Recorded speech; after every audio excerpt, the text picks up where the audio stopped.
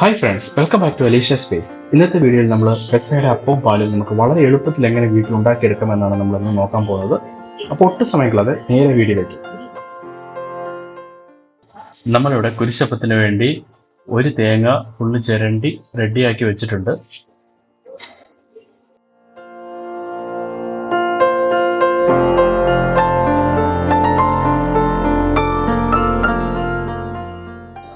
അതിനുശേഷം നമുക്കൊരു മിക്സിക്ക് അതൊരു 10 വെളുത്തുള്ളിയും 10 ചുമന്നുള്ളിയും 1.5 സ്പൂൺ ജീരകവും ചേർത്ത് അരച്ച് നന്നായിട്ടെടുക്കാം. അരഞ്ഞു കഴിയുമ്പോൾ ഈ ഒരു പരുവത്തിൽ നമുക്ക് കിട്ടണം കേട്ടോ.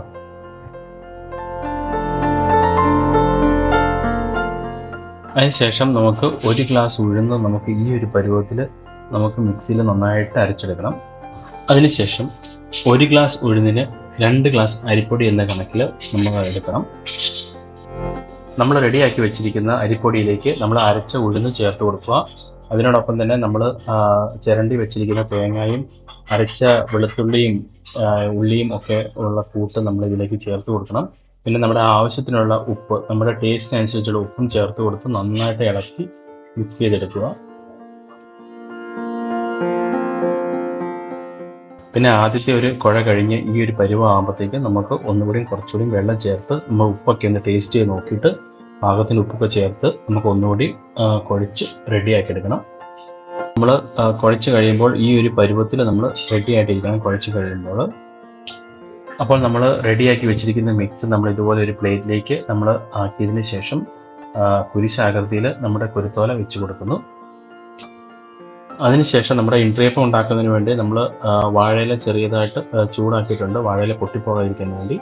എന്നിട്ട് നമ്മൾ അതിലേക്ക് നമ്മുടെ മിക്സ് ഇൻട്രിയപ്പത്തിൻ്റെ ഷേപ്പിൽ നമ്മൾ ഇതുപോലെ റെഡിയാക്കി വെച്ച് കൊടുക്കുന്നു. ഇത് നമ്മൾ ആവി കയറ്റുമ്പോൾ ഇതും കൂടി നമ്മൾ ആവി കയറ്റുന്ന പാത്രത്തിൽ വെച്ച് നമ്മൾ റെഡിയാക്കി എടുക്കുകയാണ് ചെയ്യാറ്. അപ്പോൾ നമ്മുടെ കുരിശപ്പവും ഇൻട്രിയപ്പവും ഒക്കെ അടിപൊളിയായിട്ട് നമുക്ക് കിട്ടിയിട്ടുണ്ട്.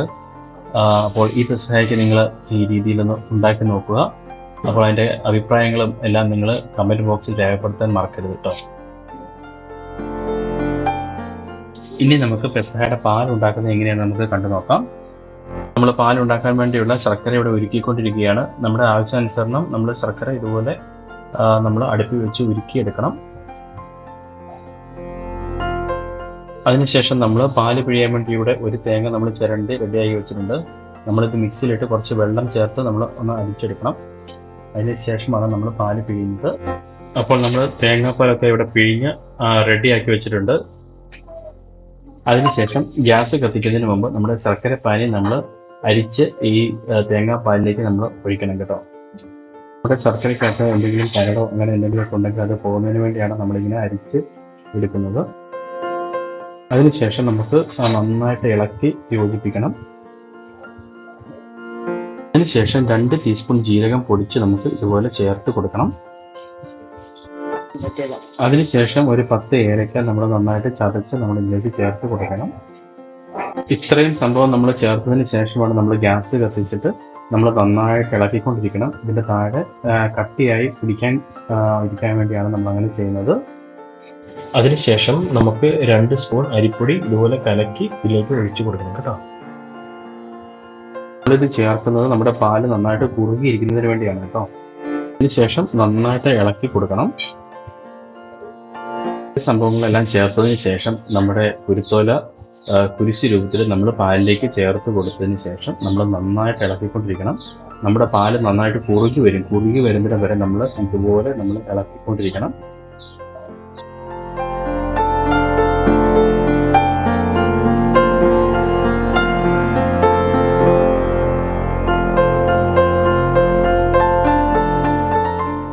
അപ്പോൾ നമ്മുടെ പെസഹയുടെ പാൽ ഇവിടെ അടിപൊളിയായിട്ട് നമുക്ക് കിട്ടിയിട്ടുണ്ട്. ഈ രീതിയിൽ നിങ്ങളും ഈ പ്രാവശ്യം ഒന്ന് ഉണ്ടാക്കി നോക്കുക. ഈ വീഡിയോ ഇഷ്ടപ്പെട്ടെങ്കിൽ അതിൻ്റെ അഭിപ്രായങ്ങൾ നമ്മുടെ കമൻറ്റ് ബോക്സിൽ രേഖപ്പെടുത്താൻ മറക്കരുത്. അപ്പോൾ ഞങ്ങളുടെ ചെറിയ പെസഹയുടെ അപ്പം ഇവിടെ റെഡി ആയിട്ടുണ്ട്. എല്ലാം നല്ല സൂപ്പറായിട്ട് തന്നെ നമുക്ക് കിട്ടിയിട്ടുണ്ട്. ഈ രീതിയിൽ നിങ്ങൾ ഈ പ്രാവശ്യത്തെ പെസഹയുടെ അപ്പം ഒന്ന് ഉണ്ടാക്കി നോക്കുക. എന്നിട്ട് അതിൻ്റെ അഭിപ്രായങ്ങൾ നമ്മുടെ കമൻറ്റ് ബോക്സിൽ രേഖപ്പെടുത്തുക. ഇതുപോലുള്ള അടിപൊളി വീഡിയോസ് ഇനി ലഭിക്കുന്നതിനായിട്ട് നമ്മുടെ ചാനൽ മറക്കാതെ തന്നെ സബ്സ്ക്രൈബ് ചെയ്യുക.